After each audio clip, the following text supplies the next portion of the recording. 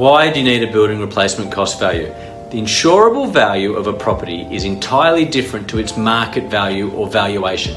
Insurance value determines the amount your improvements should be insured for to ensure that if the worst were to happen to your property and it was devastated, you could be placed back in the same property that was there before the tragic event without being out of pocket. Insurance value is an all-encompassing figure and it really is required to be calculated by a property expert. Let's say you have a property that's been burnt down.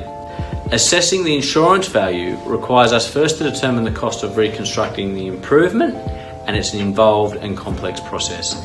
As quantity surveyors, we draw on an array of resources that details all the materials, fittings, features, finishes, professional fees, labour costs, and every other component it would take to replicate that property. This figure reflects the total construction cost, but it's still not the insurance value because other costs would need to be allowed for as well.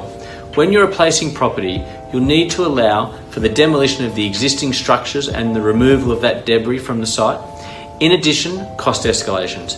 Remember, you may not be back living in this property for some 24 months, so you need to allow for the cost that is going to be in that many more months' time. These need to be covered by the insurance as well. These should all be factored in. For more information, visit our website at mcgqs.com.au.